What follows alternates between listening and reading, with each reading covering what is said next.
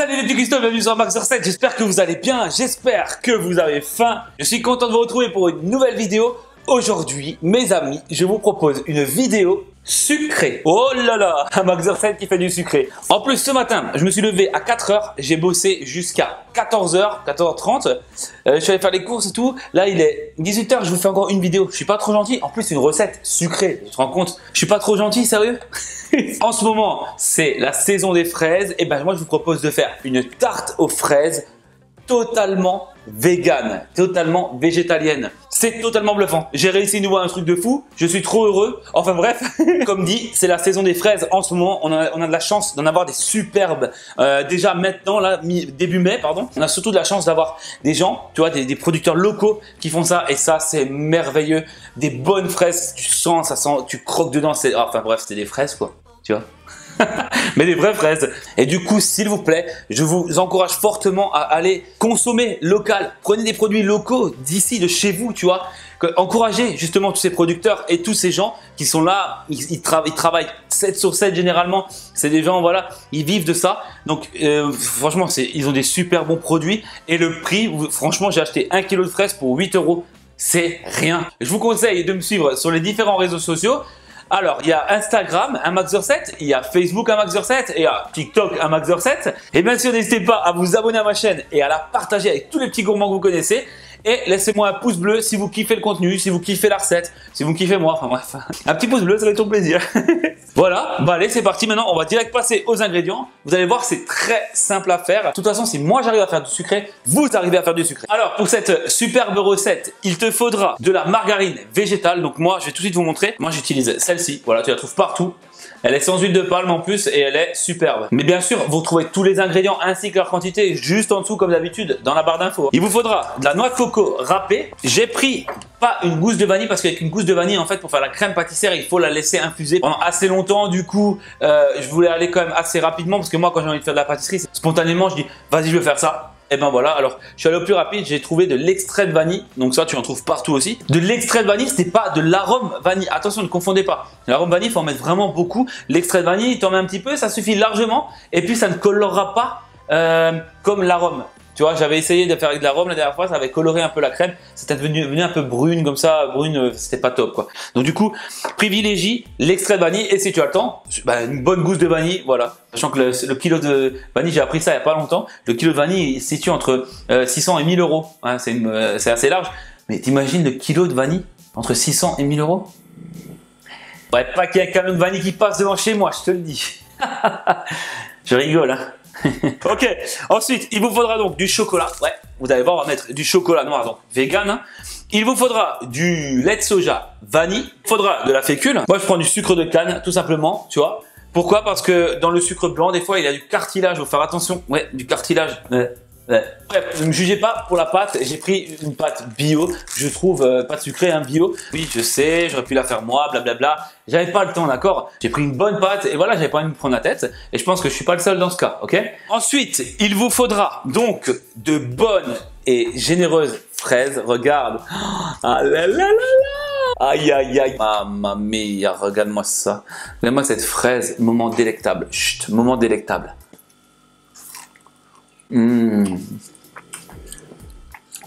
Elles sont magnifiques. Il te faudra aussi un peu de curcuma, donc ça je t'expliquerai après à quoi ça sert. Et il te faudra pour finir des graines de grenade.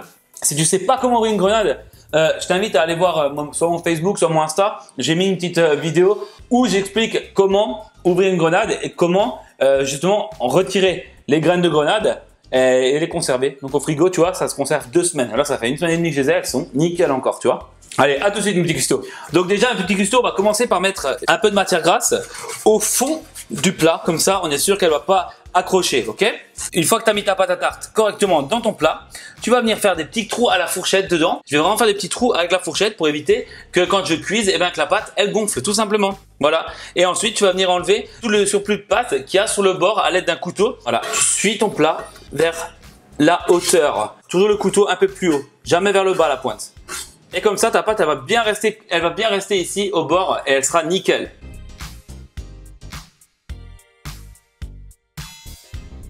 Et maintenant, on enfourne à 160 degrés, à four chaud, hein, pendant une durée d'à peu près 15 minutes. Vérifie quand même de temps en temps à ce que la pâte soit belle, bien dorée, pas trop cuite, ok? Voilà, on va commencer maintenant à faire la crème pâtissière. Donc là, tu vas venir mélanger le sucre, la maïzena et une pincée de curcuma, ok? Voilà. Et à l'intérieur de ça, on va venir mettre un petit peu de lait vanillé, ok? Voilà. Et on va venir mélanger cette préparation avec ce beau fouet qui a bien vécu. C'est une petite dédicace pour mon pote qui a une chaîne YouTube aussi, Super Cars Fan. Je vous mettrai le lien de sa chaîne juste en dessous dans la description. Vous pourrez aller le voir après avoir fait une bonne recette avec un bout de tarte à la fraise. Vous pourrez aller voir une de ses vidéos. C'est un mec qui est passionné par les belles voitures et par le domaine automobile. Enfin bref, le gars il explique super bien. Donc mon ami, je te fais une petite dédicace, tu t'y attendais pas. Ça fait plaisir, merci de me suivre aussi. Et c'est ça l'intérêt de YouTube aussi, de partager un peu. Voilà, donc tu t'y attendais pas. Donc petite dédicace à toi mon ami, Super Cars Fan. Ouais. Voilà, donc on va prendre mon super fouet et on va bien mélanger tout ça. Une fois que tu as fait ça, on va faire porter à ébullition le fameux lait vanillé, donc les 500 ml que tu avais besoin. Pendant ce temps, je vais continuer à mélanger. Et ici, je vais venir incorporer donc l'équivalent d'une cuillère à café. Attention, faut pas en mettre de trop. Une bonne cuillère à café d'extrait de vanille, ok? C'est pas de l'arôme, alors méfiez-vous. Faut pas en mettre de trop. Voilà. Et là, on va bien mélanger tout ça. Voilà, là, je vais venir renverser un tiers du lait qu'on a fait porter à ébullition. Pas plus, voilà. Et là, on va bien mélanger. Voilà, et ensuite, ici qu'on a bien mélangé, on va rajouter le reste du lait en entier et on va à nouveau bien mélanger. Voilà, ensuite on va remettre la crème dans la casserole. On va mélanger continuellement et on va attendre que ça aille à ébullition. Et à ébullition, on va la laisser à peu près 30 à 40 secondes. Et ensuite, on va la retirer du feu et on va mettre directement la margarine à l'intérieur et continuer à mélanger.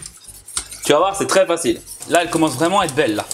Tu vois, on commence vraiment à avoir la texture qu'on veut d'une crème pâtissière. Regarde comme c'est beau là. Oh là là, c'est magnifique. Là, on va la laisser bouillir comme ça, à peu près 30 à 40 secondes. Hein.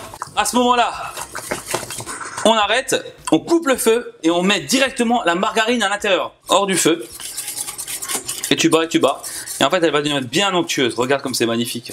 Oh là là, c'est beau. Hein. C'est vraiment beau. Hein. Et maintenant, on va tout simplement venir mettre la crème dans un récipient. Et là-dessus, on va faire ce qu'on appelle filmer à chaud, directement au contact de la crème pâtissière. Donc tu vas la laisser un peu refroidir à température et ensuite tu vas la mettre au frigo et on la reprendra quand elle sera bien froide. On peut déjà s'apercevoir, tu vois, que la couleur elle est superbe. Hein. Voilà, donc là tu vois ma pâte elle est super bien cuite, c'est parfait. Maintenant là-dessus on va rajouter quelque chose. On va mettre un fond de chocolat noir. Donc là tu vas prendre du chocolat noir tout simplement et tu vas le faire déjà fondre soit au bain-marie, soit au micro-ondes et puis on va se retrouver juste après. Voilà, tu vas venir mettre du chocolat juste sur le fond de tarte en fait, tout simplement.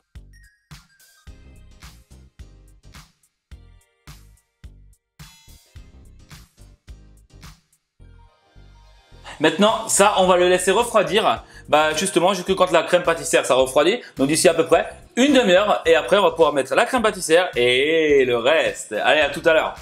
Voilà mes petits cristaux, donc tout a refroidi. Maintenant, regarde ta crème, tu vois, elle est toute, on dirait un flan en fait. C'est tout à fait normal. Tu vas venir avec ton super fouet, hein, mélanger, mélanger, mélanger, jusqu'à ce qu'elle devienne de nouveau lisse et qu'elle ait vraiment la texture de la crème pâtissière. Tu vas voir, ça va revenir tout seul.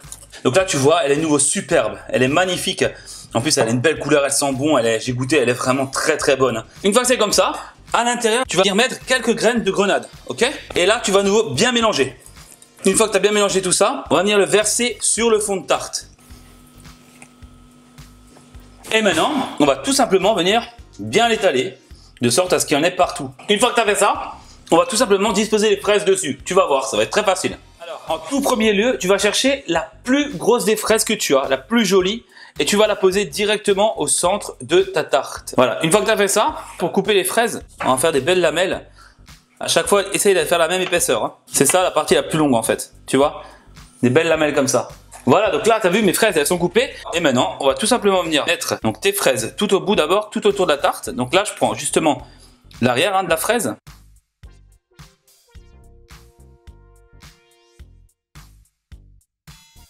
Et là, tu vois, je continue en fait. On va essayer de garder vraiment deux fraises comme ça et une au milieu. Je sais pas comment expliquer, mais tu vois très bien l'exemple là. Ça donne un visuel super, je trouve. C'est magnifique. Enfin voilà. Donc chez vous, ça va être rapide et chez moi, ça va être un peu plus long. Vous êtes prêts? 1, 2, 3.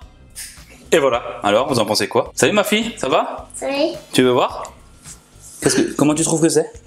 Wow. C'est beau? Ouais. Regardez, c'est moi. C'est bon, arrête. T'as vu l'effet visuel? Moi, je trouve que c'est top. Hein.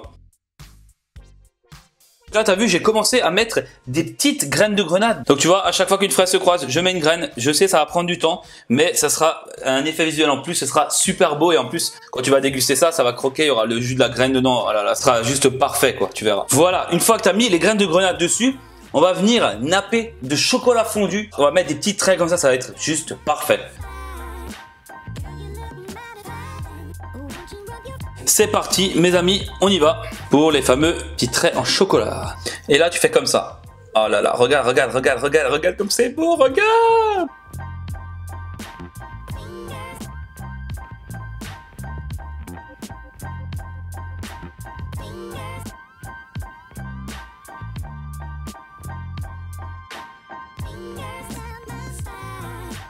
Bim! Et là, tu vas venir mettre ta noix de coco râpée directement sur le dessus. Regarde. Voilà. Donc ça, c'est un peu de topping, on va dire. Hein. T'es pas obligé de le faire. Moi, je trouve ça, c'est un petit plus et c'est super beau, voilà. Et voici la tarte à la fraise vegan version un max de recettes. Alors, vous en pensez quoi?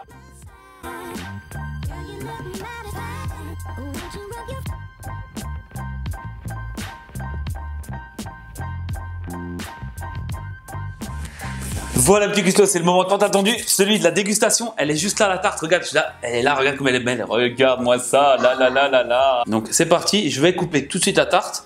3, 2, 1. Alors déjà on peut voir qu'il y a plein de crème. En fait je sais pas pourquoi j'ai coupé une tranche aussi énorme, mais vous êtes prêts? Oh là là, regarde. Waouh, magnifique. Attention. Waouh, c'est une tuerie, regarde ça. Regarde-moi ça. Oh là là là là. Magnifique. Magnifique. Oh, elle est parfaite. Il y a les graines de grenade qui viennent exploser en bouche. Le goût du chocolat avec, là, c'est magnifique. La crème est super fraîche. Pas trop sucrée. C'est la tarte fraise vegan. Ça, tu l'as fait goûter à quelqu'un qui n'est pas vegan. Je te jure qu'il s'en rend même pas compte. C'est impossible. Elle déchire cette recette. Les fraises super fondantes. La crème pâtissière, elle est pas trop lourde. Elle est super légère, pas trop sucrée. Dedans, tu as les petites grenades qu'on a rajoutées. Vous n'êtes pas obligé, mais je vous garantis que c'est un plus. Parce que quand tu vas manger ta crème, ça va te croquer sous la dent, la grenade, et ça va envoyer encore le jus de la grenade. Oh là là, mais c'est une tuerie. Niveau texture, niveau saveur, niveau visuel. Franchement, dites-moi, on n'est pas bien. Dites-moi dans les commentaires, vous en pensez quoi cette tarte? Vous avez envie de la refaire? Est-ce que ça vous intéresserait de faire une tarte vegan chez vous? Dites-moi dans les commentaires, j'attends vos retours. Et si vous la refaites, n'hésitez pas à me taguer sur les réseaux. Hein. N'oubliez pas, ça fait toujours plaisir de voir ce que vous faites. Et voilà mes petits Gusto, j'espère vraiment que cette vidéo elle vous aura plu. Moi je me suis éclaté à la faire, franchement. C'est un peu chiant quand tu mets toutes les fraises autour, mais voilà, en soi, le reste, après le résultat il est superbe. T'as une belle tartelette fraise, vegan, voilà. J'espère que ça vous aura plu. Pour la conservation, c'est 1 heure normalement tant qu'on la mange. Non, si tu arrives à ne pas la manger en un jour, tu peux la manger sur 2 voire 3 jours, mais pas plus. Voilà, après la pâte elle va devenir molle et tout, ça sera pas top. Voilà mes petits Gusto, restez connectés parce qu'il y a du lourd qui arrive, hein, comme d'habitude. Vous avez été nombreux à réagir pour aussi la vidéo de mon hamburger. J'avais fait le 280 version vegan. Ça me fait super plaisir et sachez qu'il va y en avoir pas mal d'autres maintenant parce que je commence à gérer correctement les burgers vegan et du coup, bip, bip, bip. Voilà, maintenant c'est l'heure de lancer le petit jingle de fin. Quant à nous, le petit Gusto, on se retrouve pour une prochaine vidéo sur un max de recettes. Et vive les fraises, messieurs dames.